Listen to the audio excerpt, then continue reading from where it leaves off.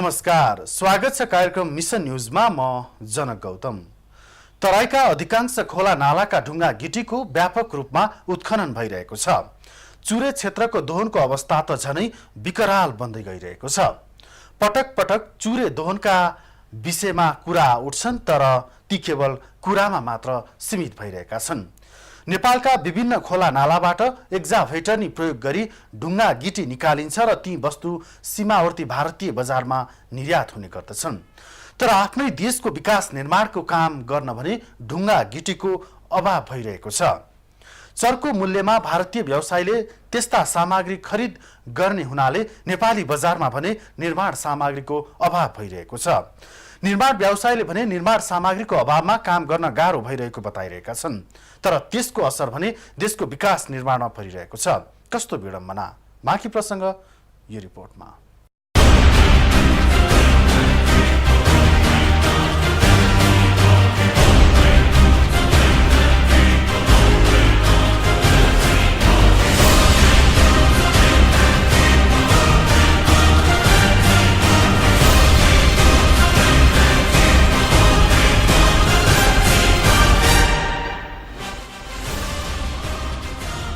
एसियाली विकास बैंकको आर्थिक सहयोगमा निर्माणाधीन नेपालगञ्ज कोलपुर 6 लेन सडकलाई आवश्यक पर्ने निर्माण सामग्री अभावका कारण समयमा निर्माण कार्य सम्पन्न नहुँदा नेपालगञ्ज बजार डुबानको खतरामा परेको छ।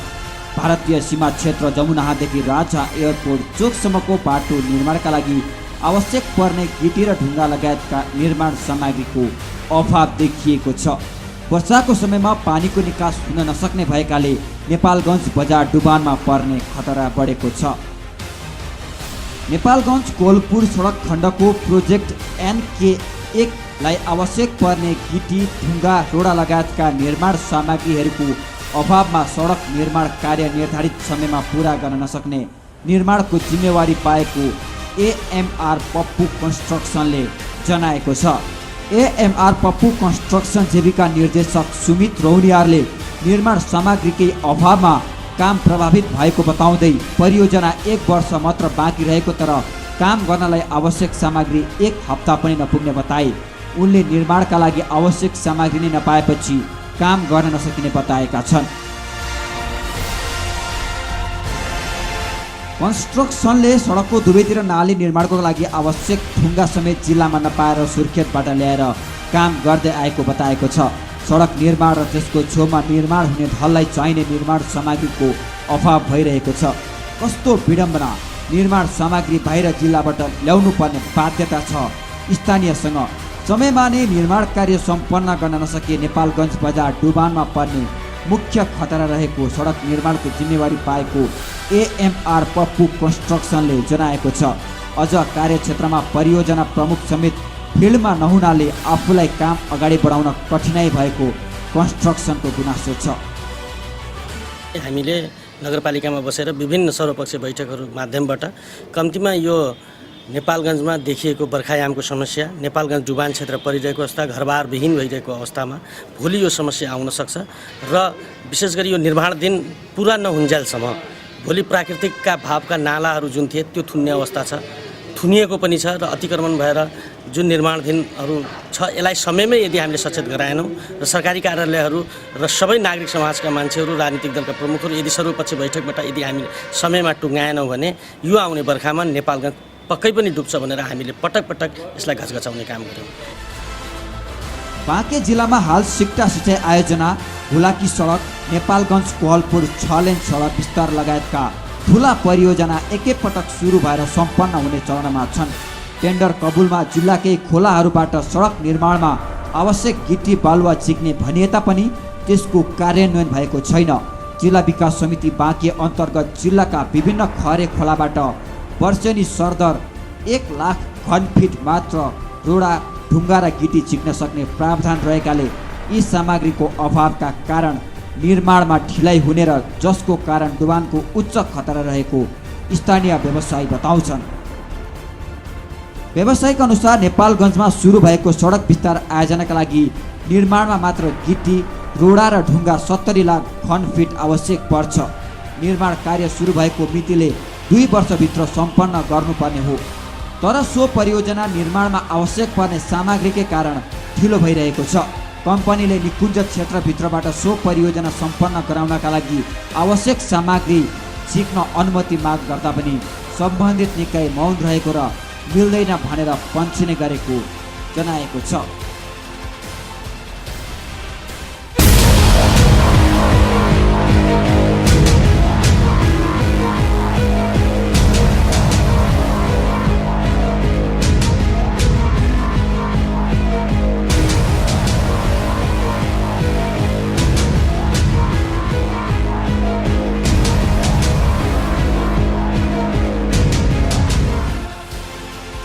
पूर्व पश्चिम राजमार्गको उत्तरतर्फ बाँके राष्ट्रिय निकुञ्जको क्षेत्र पर्ने र निकुञ्ज क्षेत्रभित्र प्रशस्त मात्रामा निर्माण सामग्री भए पनि संरक्षण क्षेत्रभित्रबाट झिक्न नमिल्ने कारणले पनि परियोजना सम्पन्न गर्न आवश्यक पर्ने सामग्रीको अभाव देखिएको हो।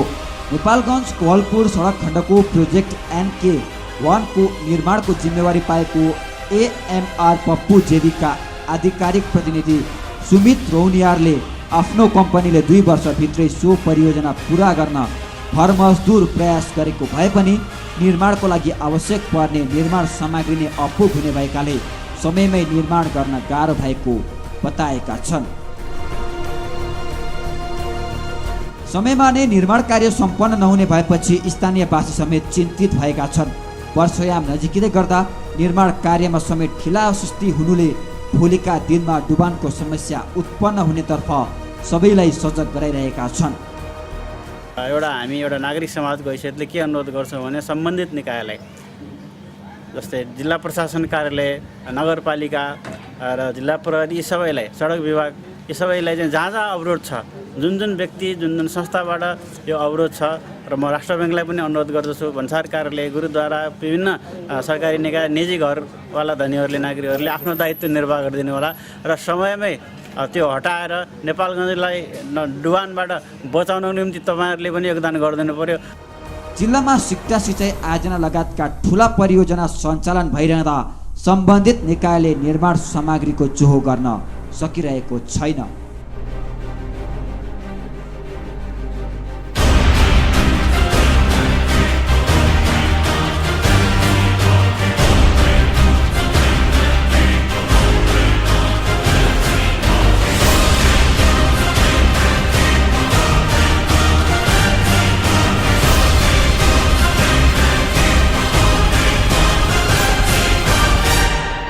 निर्माण सुरु हुनु पूर्व गरिएको सम्झौतामा निर्माणका लागि चाहिने ढुङ्गा गिटी लगायतका निर्माण सामग्री जिल्लाभित्रबाट नै उपलब्ध हुने उल्लेख गरिएको छ, तर त्यसको पालना कहीँ कतैबाट भएको छैन।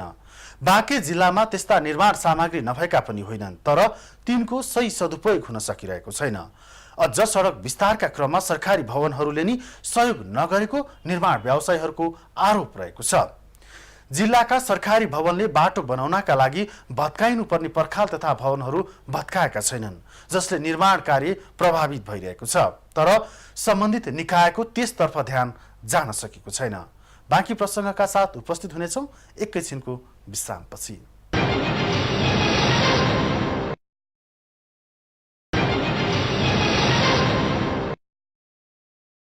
विश्रामपछि पुनः स्वागत छ कार्यक्रम मिसन न्युजमा।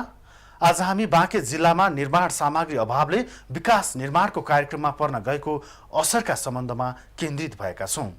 नेपालगञ्ज कोहलपुर निर्माणाधीन सडक खण्डमा विभिन्न अवरोध सिर्जना भएका छन्, तर त्यसमा स्थानीय प्रशासन भने केवल मूकदर्शक मात्र बनिरहेको छ। समस्या समाधान भन्दा पनि दोष अरूलाई देखाएर पन्छिरहेको छ प्रशासन।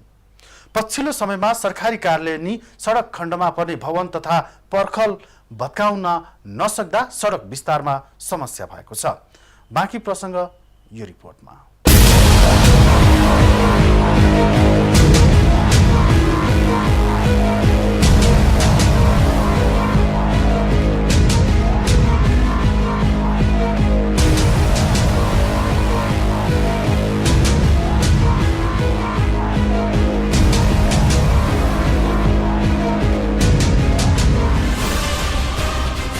नेपालगञ्ज कोहलपुर निर्माणाधीन 6 लेनको सडकमा विभिन्न सरकारी कार्यालय पर्दछन्, तर सरकारी भवनले सडकको निर्माणको लागि आवश्यक सहयोग नगरेपछि सडक निर्माण कार्यमा समस्या उत्पन्न भएको छ। बाटोको क्षेत्र छुट्याउनको लागि भन्सारको काउन्टर, सीताराम मन्दिर, राष्ट्र बैङ्कको पर्खाल, धम्बोजी चौकी र मस्जिदले सडकको लागि छोड्नुपर्ने जमिन नछाडेकोले नाली जोड्न कठिन भइरहेको छ। यसले निर्माण कार्यमा समस्या थपिएको छ। नेपालगञ्ज कोहलपुर सडक निर्माणको लागि AMR पप्पू कन्स्ट्रक्सनले राजा चोकदेखि नेपाल भारत सीमा क्षेत्र जमुनासम्म बनाउने जिम्मेवारी पाएको छ। नेपाल सरकारको चितवन क्षेत्रमा रहेको निकुञ्जमा हुलाकी सडक निर्माणको लागि आवश्यक पर्ने निर्माण सामग्री झिक्न अनुमति दिएको दावी गर्दै आफूलाई त्यहाँ पनि सोही अनुरूपको स्वीकृति दिनुपर्ने माग उसले गरेको छ। उहाँहरूको जति निर्माण सामग्रीहरूको आवश्यकता हो त्यो जिल्ला वन कार्यालयको क्षेत्रभित्रबाट सम्पन्न गर्न सक्दैन, किनभने कि आवश्यकता धेरै छ, सप्लाई हाम्रो कम छ। त्यसको लागि उहाँहरूले अब सुरुमै बजेट अथवा भनौँ त्यसको फिजिबिलिटी स्टडी गर्दाखेरि नि त्यसको लागि कति क्वान्टिटी चाहिने हो त्यसको परिमाणहरू उल्लेख गर्नुपर्ने हो र स्थानीय स्तरमा पाउने जति पनि निर्माण सामग्रीहरू छन् त्यसको उपलब्धता र सुनिश्चित गरेर नै इस्टिमेट गर्नुपर्ने हो कि कति आधारमा त्यो इस्टिमेट भएको हो। त्यो ग्यापलाई अब जिल्ला वन कार्यालय फुलफिल कदापि पनि गर्न सक्दैन। निर्माण कार्यमा ढिलाइ भएसँगै एसियाली विकास ब्याङ्कले नेपालगञ्ज कोहलपुर सडक खण्ड विस्तार परियोजना फिर्ता हुन सक्ने चेतावनी दिएको छ। राजा विमानस्थल चौकीदेखि जमुनासम्मको सडक निर्माणको लागि आवश्यक निर्माण सामग्रीको अभाव भएपछि एडिबीले परियोजना फिर्ता हुन सक्ने चेतावनी दिएको सम्बन्ध निर्माण व्यवसायीहरूले बताएका छन्। बाँकेमा निर्माण सामग्री नपाएपछि सुर्खेतबाट ल्याएर काम गर्नु परेको पप्पू कन्स्ट्रक्सनका निर्देशक सुमित रौनियारले बताउनु भयो। पप्पू जेपीले 52 करोड रुपियाँमा सडक निर्माणको ठेक्का पाएको हो।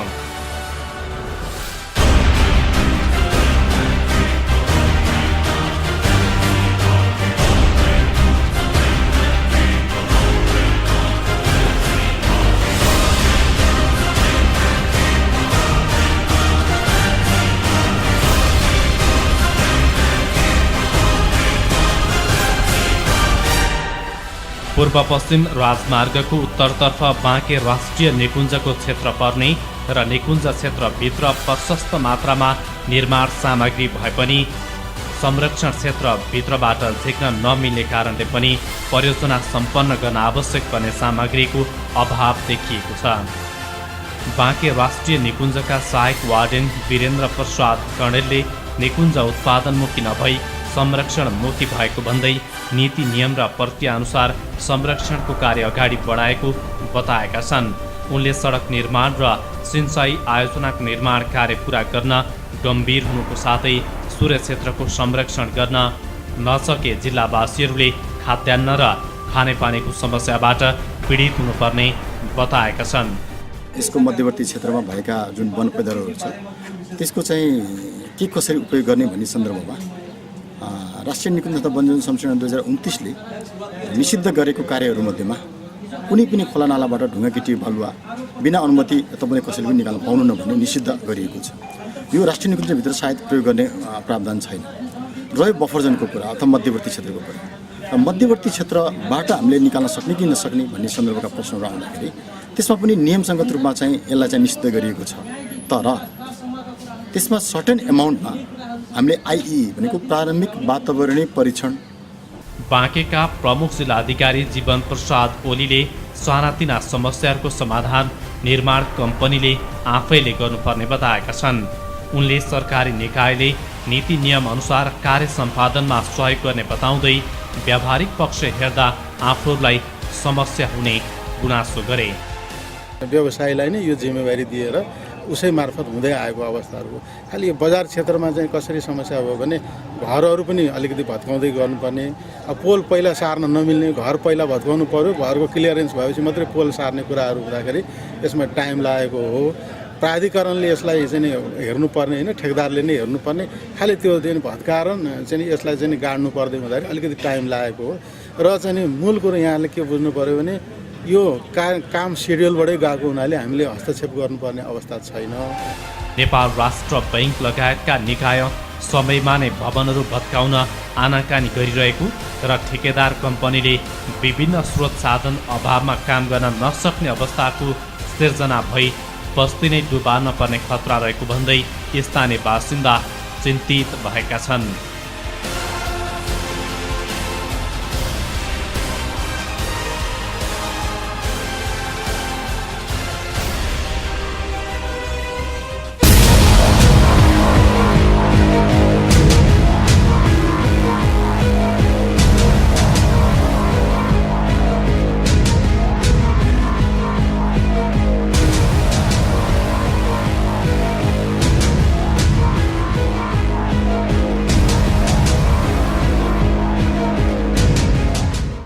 हामीका ढुङ्गा गिटी लगायतका निर्माण सामग्रीको कुनै कमी छैन, तर बाँकेमा भने निर्माण सामग्रीको अभावमा विकासको काम हुन सकिरहेको छैन।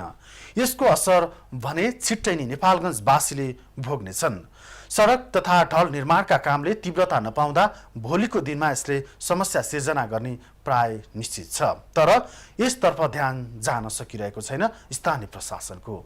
जब समस्या हुन्छ तब मात्र निकासको खोजीमा लाग्ने प्रशासनले यसतर्फ समयमा नै ध्यान दिनु जरुरी छ। हस् त, बाँके संवाददाता क्षेत्रनाथ देवकोटाको सहयोगमा तयार पारिएको मिसन न्युज आजलाई यति नै। तपाईको आफ्नै कार्यक्रम हो मिसन न्युज। तपाईको घर वरपर छरछिमेकमा भेटिने विकृति, विसङ्गति र भ्रष्टाचार विरुद्ध हामी चिरफार गर्नेछौँ। तपाईसँग पनि यस्ता सूचना छन् भने हाम्रो टेलिफोन नम्बर 0150108006मा सम्पर्क गर्न सक्नुहुनेछ। आजलाई मिसन न्युजबाट बिदा दिनुहोस्। भोलि नयाँ विषयका साथ उपस्थित हुनेछौँ। माउन्टेन टेलिभिजन हेर्दै रहनुहोला। नमस्ते।